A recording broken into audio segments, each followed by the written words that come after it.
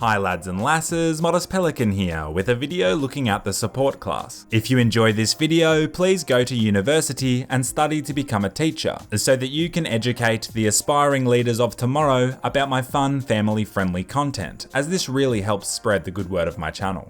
I have to start this video off by talking about the KE7. This is definitely one of the best guns in the game, maybe even the best gun, and it is available from the first minute you start playing. Do you know what this means? It means that noobs immediately get access to this beastly gun. It's the equivalent of losing your virginity to Mia Khalifa. Now, I don't think it's a bad thing that new players get access to a top tier weapon, but I warn you, you will die a bloody lot to the KE7. Or as we call it, the Kev, or better yet, Big Kev. If you're new and looking for a starting gun, then this is a solid choice. So anyway, the support class has two main elements: big ass machine guns and resupplying your teammates. There will be some dodgy malakas who never resupply anyone, but don't worry, one day they will enjoy sipping tea with Hitler in the fiery pits of hell. When deciding what weapon to use, you will have a wide range of options made up of LMGs, MMGs, and shotguns. MMGs are an interesting addition as you can only aim down the sights when you use the bipod. Not being able to aim down the sights means that unless you are lying prone or happen to be near a ledge, you can only hip fire, which results in inaccurate spraying, similar to when you take a leak 5 minutes after getting laid. I can see why people enjoy using the MG34 and the MG42. Say if you were defending an objective and didn't have to move much, then of course these guns would be effective. I guess I just love rushing around the map and have too much self-respect and self-worth to become a filthy camper.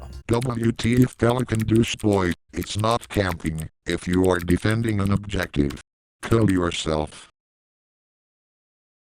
The support class also has the shotguns, which take a minute to get used to, but are actually insanely fun to use. There are two types of shotguns available right now, being the 12G automatic and the M30 drilling. What's the difference between a shotgun and a social justice warrior? Well, a shotgun only has 1 or 2 triggers, whereas a social justice warrior has infinite. Shotguns aren't really the most effective weapon, but I appreciate that there is such a variety of guns in this class. The M30 drilling even has an alternative fire mode which allows you to fire long-range shots out of its extra barrel. You can even attach a scope if you like.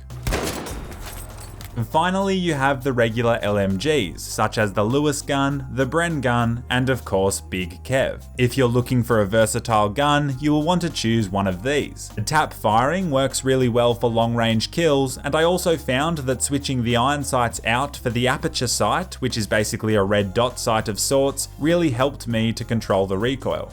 As far as the gadgets go, you'll pick either the ammo pouch or the ammo crate. The crate resupplies equipment, grenades, and bullets, whereas the pouches only resupply bullets but can be done on the move. Whenever you're not too busy massacring noobs and sending messages to people saying that you fornicated with their mother, it's best practice to hand out plenty of bullets. There is only 3, I guess you would say, fun gadgets to choose from, which are the anti-tank and anti-personnel mines and the anti-tank pistol. The pistol is easily my favorite because, well, it's a rocket launcher pistol. It doesn't get much better than that. Imagine if you were in a Mexican standoff with someone and they pulled out a petite 9mm and you pulled out a rocket launcher handgun.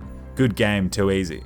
Your other options is one of the mines. I have had huge success sneaking up on tanks and placing the anti-tank mines down and then shooting them to blow the vehicle up, which subsequently reminds the driver that I wear the pants on this battlefield. There are 2 combat roles to choose from, the first being an engineer. The main perk of being an engineer is that you can repair vehicles faster and build fortifications faster. It's kind of like Fortnite's building, but you don't have to be an exasperating 12-year-old jacked up on G fuel and Adderall to enjoy it. The second combat role is the machine gunner. This increases your suppression ability and spots enemies that you have successfully suppressed. Don't worry, suppression is nothing like Battlefield 1 as it is only visual and frankly it doesn't really do anything, so I would recommend going with engineer. In summary, the support class is good, clean fun. Using the MMGs and the shotguns really shakes up gameplay, and it's always nice to be resupplying teammates. Legend has it that every time you resupply a teammate, your P.E.K.K.A gets a tiny bit bigger.